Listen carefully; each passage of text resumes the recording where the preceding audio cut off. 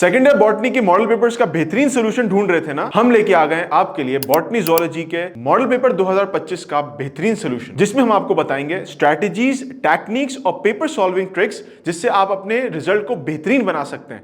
आइए चलते हैं वीडियो की तरफ। आज बात करने जा रहे हैं बॉटनी के सेकेंड ईयर के पेपर की। जिस तरह से पहले हमने जूलॉजी के पेपर की बात की थी, मॉडल पेपर डिस्कस किया था, आइडिया समझा था कि किस तरह से पेपर को सॉल्व करना है, इसी तरह से हम बॉटनी के पेपर की बात करते हैं। सबसे पहले बात कर लेते हैं एमसीक्यू सेक्शन की, सेक्शन ए की।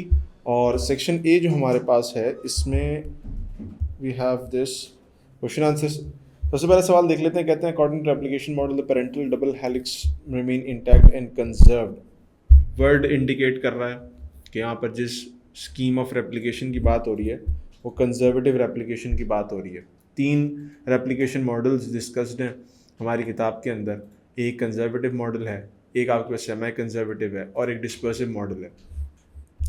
फिर कहते हैं the complex of histone octamers and 2 lobes of duplex DNA is known as, यानी ऑक्टोमर और डीएनए का जो रैपिंग सिस्टम है उसको हम क्या नाम दे रहे होते हैं? तो उसको हम न्यूक्लियोसोम का नाम दे रहे होते हैं।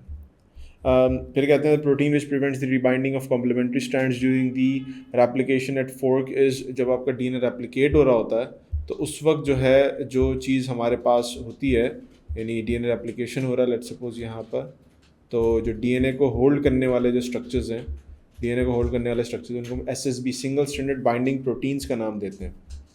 फिर कहते हैं the allele holandric gene is located as, holandric genes आमतौर पे मेल के वाई क्रोमोसोम के ऊपर होती हैं, वाई क्रोमोसोम। फिर कहते हैं the process of exchange of chromosomal segment between 2 sister chromatids of homologous chromosome is known as dash.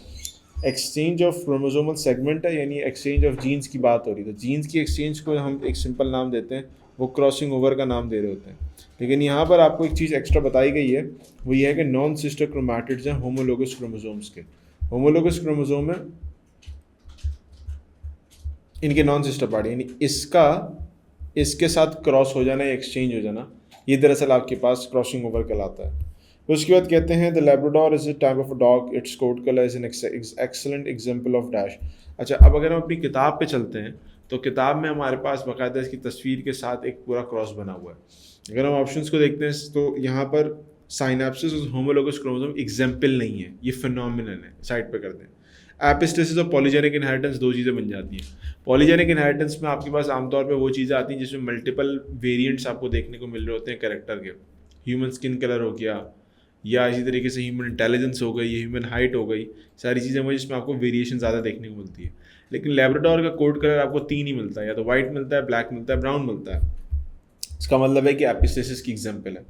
फिर कहते हैं ratio of dominant epistasis is dash. Dominant epistasis का रेशियो होता है 12:3:1 और रेसेसिव का रेशियो होता है 9:3:4। ये बुक के अंदर याद रखने वाली चीज़ें हैं। एमसीक्यूज बहुत प्लेन एंड सिंपल हैं, ज़्यादा मुश्किल नहीं है, यानी एग्जैक्टली बुक की लाइंस हैं, या थोड़ी बहुत ऑल्ट्रेशन होगी लेकिन किताब वाली बातें ही हैं। The pioneers in xeric successions are dash. Xeric succession जो है वो वाला सक्सेशन होता है जिसमें आपके पास डायरेक्टली फ्रॉम स्क्रैच, यानी किसी ये क्रस्ट, अर्थ के क्रस्ट से या कोई पथरीली ज़मीन है, यानी लैंड पे आपके पास ये चीज़ स्टार्ट हो रही होती है। और लैंड पे क्रैक्स डालने के लिए, क्योंकि लैंड का वर्ड हमारे पास अर्थ की क्रस्ट होती है, अर्थ की crust is like refer to the land, जो ज़मीन है उसकी, तो उस पर जो ग्रो करने वाली पहली पायनियर स्पीसी होगी वो क्रस्टोस लाइकेंस होंगे, क्रस्टोस लाइकेंस होंगे। फिर कहते हैं this was the supporting theory of special creation, यानी ये बंदा स्पेशल क्रिएशन की थ्योरी को सपोर्ट करता है, नाम है सुआरेज, फादर सुआरेज, वो सपोर्ट करते हैं। फिर कहते हैं फिलोसफी जूलॉजी की ये जो किताब है किसने लिखी है, जो आर्टिकल है किसने लिखा था, तो ये लेमार्क ने लिखा है, ठीक है। ओरिजिन स्पीशीज डार्विन्स की थी, इनकी लेमार्क की है, नेचुरल सिलेक्शन वाली। फिर कहते हैं कि the main cause of increasing amount of CO2 in the earth atmosphere is, बच्चों के बाद पता है, ऑप्शन ना भी देखो तो आपको पता है कि फॉसिल फ्यूल की एक्सेसिव बर्निंग की वजह से फिनोमेना हो रहा है। फिर कहते हैं the water cycle begins with the process of dash. Water cycle सबसे पहले कहाँ से स्टार्ट हो रही है? जो ओपन वाटर फील्ड्स हैं, यानी पानी जो खुला जहाँ पर पड़ा हुआ है, वहाँ से जो पानी का लॉस है वो दरअसल आपके पास कंडेंस करके क्लाउड्स बनाता है, अल्टीमेटली पानी नीचे फॉल ऑफ कर जाता है या बारिश हो जाती है। तो वो जो ओपन एरिया से जो पानी का लॉस है उसको हम इवेपोरेशन का नाम देते हैं। Polymerase chain reaction PCR is a technique used to amplify DNA. What is the significance of PCR? PCR के कई सारे significances हैं। लेकिन डीएनए सीक्वेंसिंग जीन एक्सप्रेशन या ट्रांसक्रिप्शन की स्टडी इसका फंक्शन नहीं है। असल काम यह है कि हम इससे मसाइल डिटेक्ट कर सकते हैं किसी डीएनए के अंदर, उसकी कॉपीज़ बनाते हैं, कॉपीज़ को स्टडी करते हैं, पता चल जाता है कि डीएनए कितने प्रॉब्लम्स हैं। फिर कहते हैं significance of monoclonal antibodies in biotechnology is, monoclonal antibodies का जिक्र हमारे पास इसी बायोटेक्नोलॉजी के चैप्टर के अंदर मौजूद है, बाकायदा चार्ट, और चार्ट के अंदर चीज़ें लिखी हुई है कि हम बायोटेक्नोलॉजी को यूज़ करके कौन सी चीज़ें बना सकते हैं।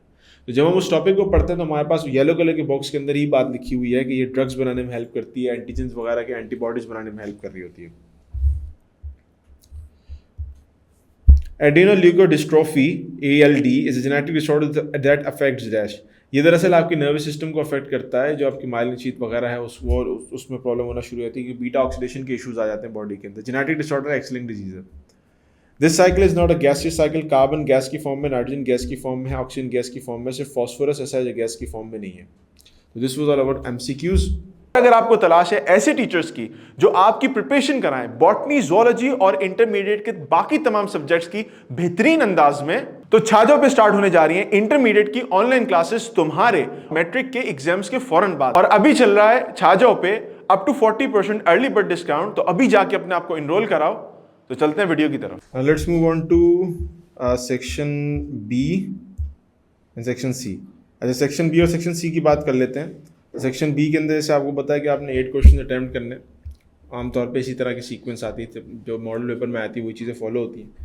अब इसमें कह रहे हैं कि आपके पास सबसे पहली चीज़ तो ये है कि क्वेश्चंस के मैंने जैसे आपको पहले बताया कि ये जो वीडियोज़ है हमारी, ये आपको पूरा लेक्चर नहीं समझाएंगे। इसमें आपको बताया जाएगा कि आपने अपना पेपर अटैम्प्ट कैसे करना है, यानी उसमें ब्रेक डाउन कैसे करना है चीज़ों को, स्किल्स कौन कौन सी इस्तेमाल करनी जिससे हम अपने पेपर में नंबर्स अच्छे तरीके से लेके आ सकते हैं। लेक्चर्स, डिटेल्स, कॉन्सेप्ट्स के लिए हमारी दूसरी वीडियोस, रिकॉर्डेड लेक्चर्स छाजों पे मौजूद है। नाउ सबसे पहला सवाल है कि why DNA is negatively charge molecule.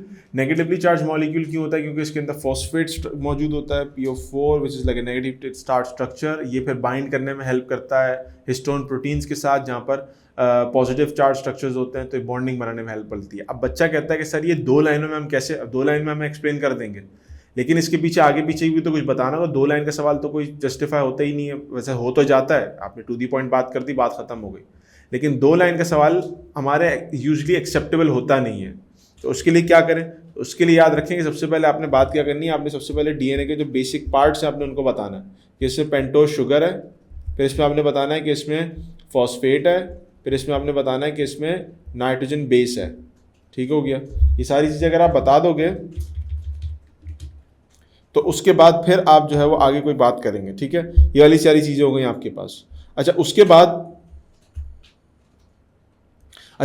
जब ये हो जाएगा, फिर आप एक्सप्लेन करना शुरू करेंगे फॉस्फेट के बारे में, तो 5 से 6 लाइन आपके पास कवर हो जाएगी, आपका आंसर सही हो जाएगा।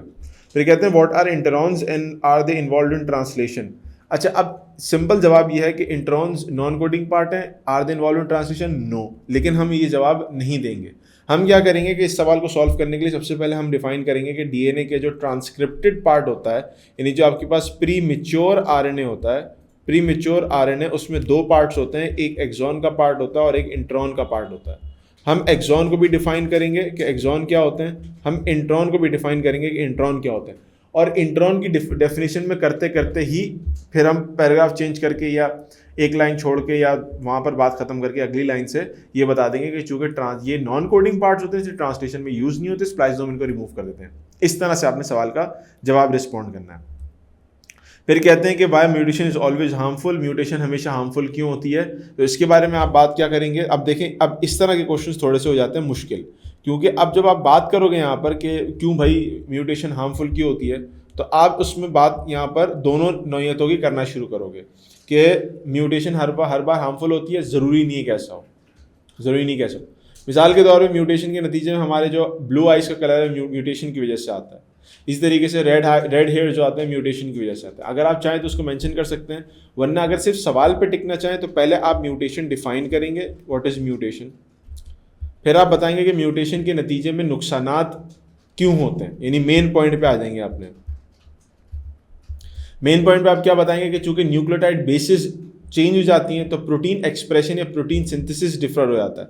यानी मेन पॉइंट में आप प्रोटीन सिंथेसिस के बारे में बात करेंगे कि प्रोटीन सिंथेसिस ऑल्टर हो जाता है, जिसकी वजह से सही तरीके से प्रोटीन नहीं बन पाती। और फिर आप उसके कॉन्सिक्वेंसेज यहाँ पर डिफाइन करेंगे। यानी प्रोटीन सिंथेसिस को बयान करने के बाद आप मेन पॉइंट आपने बता दिया कि जी न्यूक्लियोटाइड सही से नहीं अरेंज हो पाते, इसकी वजह से प्रोटीन सिंथेसिस नहीं हो पाती। फिर आप उसके कॉन्सिक्वेंसेज डिफाइन करेंगे कि कॉन्सिक्वेंस क्या होता है इसका कॉन्सिक्वेंस ये होता है कि आपके पास अब वो प्रोटीन नहीं बन पाएगी जो बॉडी के लिए रिक्वायरमेंट थी। एंजाइम्स नहीं बन पाएंगे इस तरह से, हार्मोन्स नहीं बन पाएंगे, या बिल्डिंग ब्लॉक्स नहीं बन पाएंगे, या कुछ इस तरह का मामला नहीं हो पाएगा। जब ऐसी चीज़ें होंगी तो बॉडी के जो नॉर्मल मेटाबॉलिक फंक्शनिंग है वो मुतासर होगी, अल्टीमेटली आपकी बॉडी को फिर इसमें इफेक्ट्स आना शुरू होंगे। इसके बाद आप साथ ही साथ अपनी बात को पक्का करने के लिए यहाँ पर चंद एक एग्जाम्पल दे सकते हैं। आप सिकल सेल एनीमिया की एग्जाम्पल दे सकते हैं, आप फिनाइलकेटोनुरिया की एग्जाम्पल दे सकते हैं। तो आप कई सारी ऐसी एग्जाम्पल्स दे सकते हैं, 2 एग्जाम्पल भी काफ़ी होंगे कि जिससे पता चल जाए कि आपके इस केस को तक़वियत मिल जाए जो आपने पीछे बनाया है। फिर बात करते हैं कि what are the 3 steps of RNA splicing. RNA splicing पहले तो सबसे पहले आप आरएनए डिफाइन कर देंगे कि प्रीमेच्योर आरएनए से जो एमआरएनए बनने का अमल होता है, इसको हम आमतौर पे पोस्ट ट्रांसक्रिप्शनल मॉडिफिकेशन कहते हैं। Post transcriptional modification, post transcriptional modification, पहले ये बात डिफाइन हो जाएगी। फिर उसके बाद उसके 3 स्टेप्स 3 हेडिंग्स में डिफाइन कर देंगे, आपका काम आसान हो जाएगा। याद रहे एक बात कि बॉटनी के अंदर आमतौर पे रीजनिंग और नॉन रीजनिंग के सेक्शंस अलग अलग करके नहीं आते, लेकिन reasoning questions within that particular domain आ जाते हैं। जैसे अभी तक हमने सवाल जितने भी देखे, क्वेश्चन नंबर 1 देखा हमने, 2 देखा, और इसी तरीके से 2 का भी जो सेकंड पार्ट देखा, ये सारे रीजनिंग क्वेश्चंस हैं। फिर आ जाते हैं define the following, define 2 of the following में से 3 में 4 में से आपने कोई से भी 2 डिफाइन करना है। कैरियोटाइपिंग क्रोमोसोम के नंबर और उसकी जो अरेंजमेंट है उसका नाम है। टेस्ट क्रॉस आपके पास आमतौर पे अननोन जीनोटाइप वाले पेरेंट को नोन जीनोटाइप वाले पेरेंट के साथ क्रॉस करा देना, ये टेस्ट क्रॉस होता है। क्रॉसिंग ओवर दरअसल अभी हमने पीछे एमसीक्यू के अंदर इसकी डेफिनेशन भी देखी कि आपके पास समटाइम ऐसा होता है कि सिस्टर क्रोमैटिड्स के नॉन सिस्टर पार्ट जो हैं, या सिस्टर क्रोमोसोम्स के जो नॉन सिस्टर क्रोमैटिड्स हैं, उनका जो जीन अगर आपस में एक दूसरे से रिप्लेस हो जाए, क्रॉस हो जाए, इसको हम क्रॉसिंग ओवर का नाम देते हैं। Then we are talking about erythroblastosis fetalis कि जब आपके पास एंटीजन डी फैक्टर का डिफरेंस आ जाए मदर और चाइल्ड के अंदर, तो ये जो प्रॉब्लम क्रिएट होती है इसको एरिथ्रोब्लास्टोसिस फेटालिस कहते हैं। समटाइम्स इस चीज़ को भी खास नज़र में रखा करें कि कभी कभार ऐसा होता है कि आपके पास कोई क्वेश्चन ऐसा आ जाता है, एमसीक्यू शीट आमतौर पर बाद में मिलती है, एमसीक्यू ऐसा आ जाता है कि जो आपके किसी शॉर्ट क्वेश्चन का आंसर होता है, तो उसको भी आप देख के कर सकते हैं। यानी ट्रिक बता रहा हूँ मैं कि आप इस तरह से भी काम कर सकते हैं। You just need to be aware of your paper. Sometimes paper के अंदर ही कुछ चीज़ों के जवाब होते हैं, तो आप अपने मार्क्स इस तरह से सिक्योर कर सकते हैं। फिर आपके पास आया था कि difference between codominance and incomplete dominance. जैसे मैंने पहले भी जिक्र किया कि 0.5 मार्क्स का आपके पास एक डिफरेंस होगा, तो you need to write about 4 differences in this situation. 4 differences कैसे बनेंगे? बच्चे कहते हैं हमारे पास 4 डिफरेंसेस बन नहीं सकते, तो हम कैसे बनाएंगे? तो अब इसको समझ लीजिए। सबसे पहले आपके पास अगर हम डिफरेंस की बात करते हैं, तो कोडोमिनेंस और इनकम्प्लीट डोमिनेंस के डिफरेंस की बात कर देता हूँ। सबसे पहली बात तो ये कि इनकम्प्लीट डोमिनेंस में हम ये कहते हैं कि ये ब्लेंडिंग ऑफ 2 कैरेक्टर्स है, यानी 2 कैरेक्टर्स आपस में 2 ट्रेड्स ब्लेंड हो रही होती है, या 2 एक्सप्रेशंस ब्लेंड हो रहे होते हैं। कोडोमिनेंस की अगर बात की जाए तो कोडोमिनेंस के बारे में कहा जाता है कि कोडोमिनेंस जो है वो आपके पास को एग्जिस्टेंस ऑफ 2 ट्रेड्स या 2 एक्सप्रेशंस हैं। 2 ट्रेड्स आपस में को एग्जिस्ट कर रही हैं, 2 एक्सप्रेशंस को एग्जिस्ट कर रहे हैं। दूसरी बात हम यहाँ पर करते हैं कि कोडोमिनेंस के अंदर जो इंडिविजुअल है उसके जो कैरेक्टर्स हैं वो फिनोटाइप जो है इन ऑफस्प्रिंग का, फिनोटाइप ऑफ ऑफस्प्रिंग ये रिजेंबल करता है, यानी सिमिलर होता है टू पेरेंट्स, पेरेंट्स से सिमिलर होता है।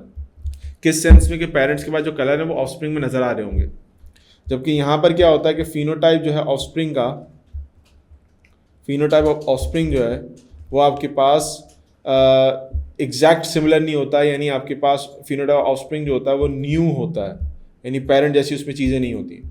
फिर हम पॉइंट नंबर 3 पे जब आते हैं तो पॉइंट नंबर 3 में ये बताता है कि आपके पास जो कोडोमिनेंस है ना, कोडोमिनेंस जो है इसके अंदर आपके पास जो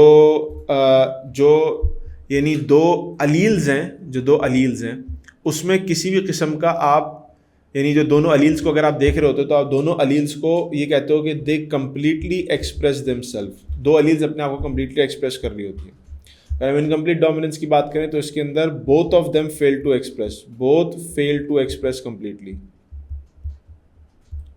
दोनों की कंप्लीट एक्सप्रेशन नहीं होती।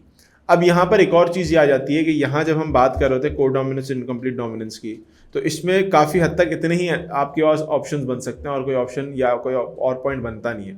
तो मजबूरन हमें चौथा पॉइंट जो है वो इसकी एग्जाम्पल का बनाना पड़ता है। अगर आप चाहें तो इसमें एक चौथा पॉइंट एक और बन सकता है, और वो चौथा पॉइंट बेसिकली क्या होगा, वो चौथा पॉइंट दरअसल होता है इसके फिनोटाइपिक रेशियोज का। जीनोटाइपिक रेशियो दोनों के सेम है, इसका फिनोटाइपिक रेशियो होता है 1:1, इसका फिनोटाइपिक रेशियो होता है 1:1। अब दोनों फिनोटाइपिक रेशियो सेम है, लेकिन आप क्या कहोगे कि यह जो 2 है, अगर आप क्रॉस बनाना चाहो क्रॉस भी बना सकते हो। ये जो 2 है बेसिकली यहाँ पर एक्सप्रेस कर रहा है पेरेंटल एक्सप्रेशंस को, जो कि कंप्लीटली एक दूसरे के साथ आ गए, एक्सप्रेस एक साथ हो रहे हैं, को एग्जिस्ट कर रहे हैं। जबकि यहाँ पर जो ये 2 है, ये बेसिकली आपके पास एक न्यू एक्सप्रेशन है जो पेरेंट्स से पाई नहीं जाती, और फिर आप एक चौथा पॉइंट लिख दोगे। अगर आप ये पॉइंट लिखना चाहो, क्योंकि ये चौथा पॉइंट जो है थोड़ा सा ट्रिकी सेंस में होता है कि आप समटाइम्स पे क्रॉस बना के दिखाना पड़ता है आपको। क्रॉस बना तो अच्छी बात है, नहीं बनाना चाह रहे तो आप पॉइंट लिख के भी मामला को हल कर सकते हैं, एग्जाम्पल लिख के ही मामले को हल कर सकते हैं। फिर कहते हैं male has codominant blood group, marry with female homozygous A, find out the possible blood groups of their offspring.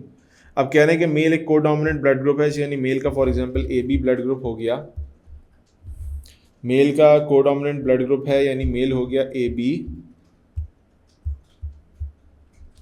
और फीमेल का होमोजाइगस है A, cross with female homozygous ए।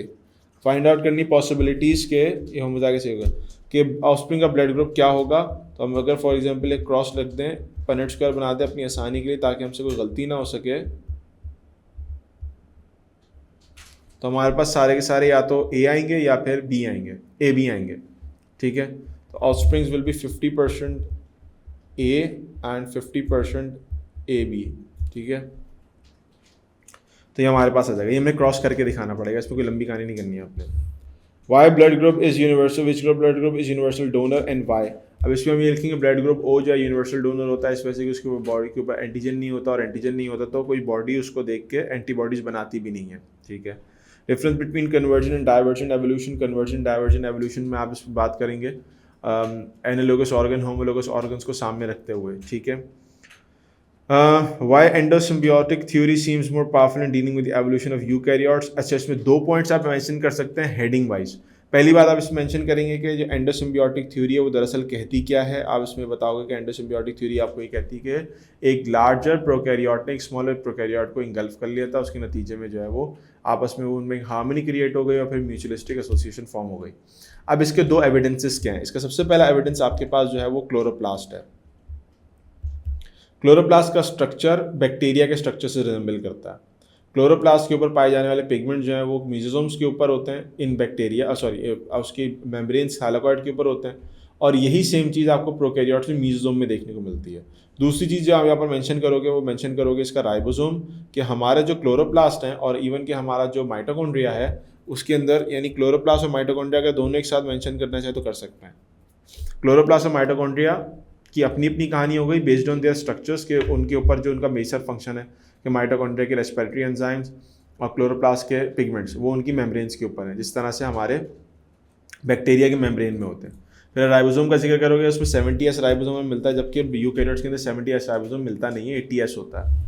फिर आप एक और चीज़ जिक्र करोगे कि दोनों क्लोरोप्लास्ट और बैक्टीरिया के अंदर आपके पास एक प्रिमिटिव टाइप का डीएनए मौजूद होता है, प्रिमिटिव स्टाइल का डीएनए मौजूद होता है, जिसके अंदर कोई खास न्यूक्लियस नहीं है, उसके अंदर बाइंडिंग स्ट्रक्चर्स वैसे भी नहीं होते, सर्कुलर टाइप का एक डीएनए मौजूद होता है। तो ये तमाम की तमाम चीज़ें इंडिकेट कर रही हैं कि हमारा जो क्लोरोप्लास्ट और माइटोकॉन्ड्रिया है they resemble much more like a bacteria और primitive prokaryote rather than cell organelle. फिर आपके पास आता है describe any one evidence in favour of evolution. आप कुछ भी लिख सकते हो, आप इसमें बायोकेमिकल लिख सकते हो, आप इसमें ज्योग्राफिकल लिख सकते हो, आप इसमें किसी भी किस्म की लिख सकते हो, उसमें कोई इशू नहीं होता। जो भी लिखोगे उसको 6 से 7 या 5 से 6 लाइनों के अंदर कवर कर लीजिएगा। डिफरेंस देना है डीनाइट्रिफिकेशन नाइट्रिफिकेशन का, बहुत सिंपल है, बचपन से पढ़ते हुए आने चीज़ें हैं कि नाइट्रेट से नाइट्राइट की कन्वर्जन को नाइट्रिफिकेशन के अंदर डालेंगे, फिर इस नाइट्राइट से वापस दोबारा जो है वो नाइट्रोजन का बनना, ये डीनाइट्रिफिकेशन में आ जाएगा। Right short note on any one of the following, इनमें से किसी एक पे शॉर्ट नोट लिखना है। कैरेक्टरिस्टिक ऑन न्यूट्रन रिजर्वायर सबसे शुरू का टॉपिक है हमारी बुक का, मैन एंड हिज एनवायरनमेंट के अंदर उसमें 3-4 सेक्शंस बने हुए हैं, क्लासेस बनी हुई किस तरह से वो होता है उसको देखना है। Gross productivity and net productivity difference नहीं लिखना, पॉइंट वाइज लिखना है या हेडिंग वाइज लिखना है, ये याद रखिएगा, शॉर्ट नोट है ये।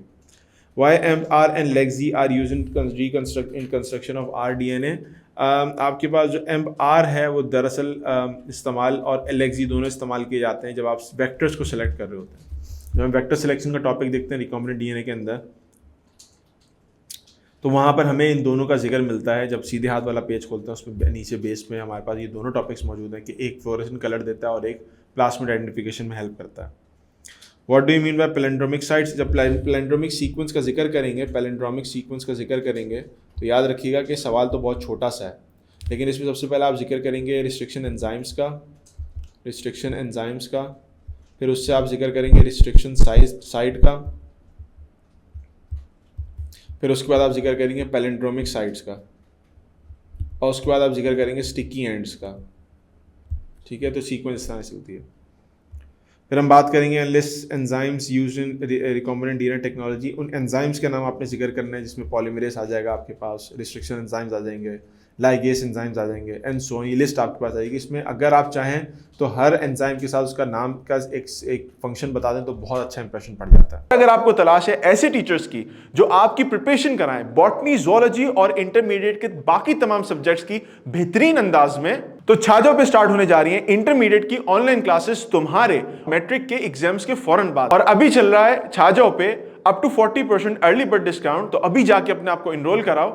तो चलते हैं वीडियो की तरफ। Let's move on to section C. Section C की बात कर लेते हैं। सेक्शन सी में आपके पास अच्छी बात ये हो गई कि अब बहुत ज़्यादा सवाल आते हैं और आपके पास उनमें भी ऑप्शंस आ रहे होते हैं और अल्टीमेटली आप उसमें से 2 सवाल चूज़ करने होते हैं और इंपॉर्टेंट क्वेश्चन सबको पता होता है। हम छाजो के ऊपर भी इसको ऐड करेंगे इंपॉर्टेंट क्वेश्चंस को, ताकि हम उनकी तैयारी करके जाएं। तो इनको लिखना कोई मुश्किल काम नहीं होती। तो इन पे ज़रा एक नज़र डाल लेते हैं कि किस तरह के क्वेश्चंस होंगे। तो देखिए मामला इस तरह से है कि सबसे पहले सवाल आता है बायोजियोकेमिकल साइकिल का, और इसमें बात आ जाती है रिगार्डिंग नाइट्रोजन साइकिल। सवाल बहुत इजी है, इसमें मैंने बताया 2.5 पेज एटलीस्ट आपके होने चाहिए और आराम से बनते हैं इसके अंदर। सबसे पहले आप बात कर लेंगे कि आप डेफिनेशन डिफाइन कर देंगे बायोजियोकेमिकल साइकिल को। बायोजियोकेमिकल साइकिल को आप डिफाइन कर देंगे और बायोजियोकेमिकल साइकिल डिफाइन करने के बाद उसमें सबका थोड़ा बहुत तस्करा करते रहेंगे। पहली चीज़ हो गई। दूसरी चीज़ हो गई, आप नाइट्रोजन साइकिल को डिफाइन करेंगे। एटलीस्ट इसको हाफ पेज होना चाहिए, ठीक है, उससे ज़्यादा भी आ सकता है। नाइट्रोजन साइकिल आप डिफाइन करेंगे तो पहले नाइट्रोजन की अफादियत लिखेंगे, यानी आप सबसे पहले नाइट्रोजन के फ़वाइद लिखेंगे, जो बेनिफिट्स हैं या सिग्निफिकेंट्स हैं नाइट्रोजन की, पहले वो डिफाइन करेंगे। उसके बाद फिर आप उसके पॉइंट्स बताएंगे कि नाइट्रोजन साइकिल में पॉइंट्स आते कितने हैं, यानी पॉइंट्स बता देंगे। उसके बाद आप डिफाइन करेंगे, डिस्क्राइब करेंगे पॉइंट्स को डिटेल में। ये तकरीबन आपके पास 1 पेज तो सिर्फ बेनिफिट्स और पॉइंट्स और बायोजियोकेमिकल साइकिल का हो जाएगा। अगला पूरा पेज आपके पास जो है नाइट्रोजन साइकिल की डेफिनेशन डिफाइनिंग पॉइंट्स का हो जाएगा। उससे एक आज़ार सी बात है, आगे निकल जाएंगे क्योंकि नाइट्रिफिकेशन, डीनाइट्रिफिकेशन, नाइट्रोजन फिक्सेशन, ये सारी चीज़ें आप डिटेल में उसको एक एक करके बता देंगे। If you have time you can do one thing कि आप एंड में आके एक साइकिल की फ्लो चार्ट की फॉर्म में साइकिल या फ्लो चार्ट बना दें नाइट्रोजन साइकिल का। इससे फ़ायदा ये हो जाएगा कि आपने जो कुछ लिखा होगा वो आपके पास आगे आगे डिफाइन भी हो जाएगा, नज़र भी आ रहा होगा। तो वो जो लाइंस बनी होती सारी चीज़ें होती हैं वो भी आपके पास से क्लियर हो जाएंगी। पूरी डायग्राम नहीं बनाने की, जानवर ही बना रहे हैं, इंडस्ट्रीज बना रहे हैं, सिर्फ सिंपल बताना है कि नाइट्रेट नाइट्राइड्स बनना है, ये नीचे ऊपर आ रहा है, सारी चीज़ें हो रही हैं। सिंपल आपने इस तरह से डिफाइन करना होगा। इसी का दूसरा ऑप्शन वाला सवाल है सक्सेशन आपने डिफाइन करना होगा। Describe stages of secondary succession in hydrarch और जीरार्क। अब इसमें मामला देख लें, समझ लें कि होता कुछ इस तरह से है कि सक्सेशन सबसे पहले आपने डिफाइन करना है, सक्सेशन की डेफिनेशन आपने देनी है, ठीक है। सक्सेशन की फिर आपने टाइप्स डिफाइन करनी है, प्राइमरी एंड सेकेंडरी आपने डिफाइन करना होगा। अगर आप चाहें तो प्राइमरी को भी डिफाइन कर दें और सेकेंडरी को भी थोड़ा सा डिफाइन कर दें। उसके बाद फिर आप आ जाएंगे हाइड्रार्क या जीरार्क, जो भी आप इनमें से अटैम्प्ट कर रहे हैं। आप हाइड्रार्क्स फॉर एग्जांपल सक्सेशन पे आ गए, देखिए दोनों ना किएगा, और को पढ़ लिएगा, बच्चे गलती करते हैं, टाइम ज़ाया करते हैं, दोनों डिफाइन कर देते हैं। हाइड्रार्क सक्सेशन आपने डिफाइन किया, आपने हाइड्रार्क सक्सेशन की डेफिनेशन दी और उसके बाद फिर उसके पॉइंट्स दिए और पॉइंट्स को डिफाइन करना शुरू कर दिया, ठीक हो गया। तस्वीर इसमें ऐसे बनाने की ज़रूरत नहीं होती, ना टाइम होता है ना इसकी ज़रूरत होती है। एग्जाम्पल एक चीज़ इसमें याद रखिएगा, जीरार्क और हाइड्रार्क की हर स्टेप के अंदर 2 एग्जाम्पल लाजमी ज़रूर दिएगा, 2 एग्जाम्पल एनिमल्स की, प्लांट्स की, 2 एग्जाम्पल लाजमी देनी होगी, ठीक है। फिर कहते हैं evidences about DNA as hereditary material. Evidences about DNA as hereditary material के अंदर आपने दो चीज़ डिफाइन करनी है, फ्रेडरिक ग्रिफिथ का एक्सपेरिमेंट डिफाइन करना है, हर्शी चेस का एक्सपेरिमेंट डिफाइन करना है। इन दो से पता चलता है कि आपके पास डीएनए जो है वो सोर्स ऑफ इनहेरिटेंस है। आगे चलते हैं। अगर हम बात करें describe the law of segregation with example, बहुत सिंपल है, आपने मेंडल के लॉ को सिंपल डिफाइन करना। अच्छा, ये सवाल जितना बड़ा चाहे हो नहीं सकता। लॉ ऑफ सेग्रीगेशन डिफाइन करनी है और उसका क्रॉस सॉल्व करना है आपने, उसमें आपने सारे रेशोज बताने हैं, फिनोटाइप जीनोटाइप के सबके। फिर कहते हैं describe gene amplification through PCR and its application. आपने सबसे पहले बात डिफाइन करनी है, जीन क्लोनिंग की डेफिनेशन देनी है। आपने सबसे पहले जीन क्लोनिंग की डेफिनेशन देनी है और उसमें बताना है कि PCR is a type of a technique जिसमें आप जीन क्लोनिंग करते हैं। जीन क्लोनिंग को डिफाइन करना है। फिर आपने इसके अंदर आगे जाके पीसीआर को डिफाइन करना है। जब आप पीसीआर को डिफाइन करते हैं तो अगली चीज़ आपके पास आ जाती है, वो पीसीआर के स्टेप्स आ जाते हैं। स्टेप्स को डिफाइन करना है एक एक करके, 3 स्टेप्स मेन है, फिर आखिरी रिपीट साइकिल है। और उसके बाद फिर आप इसकी एप्लीकेशन या इसकी सिग्निफिकेंसेस को डिफाइन कर देंगे। आराम से आपका 3 पेज का सवाल बन जाएगा। This was all about second year botany. Stay tuned with छा जाओ।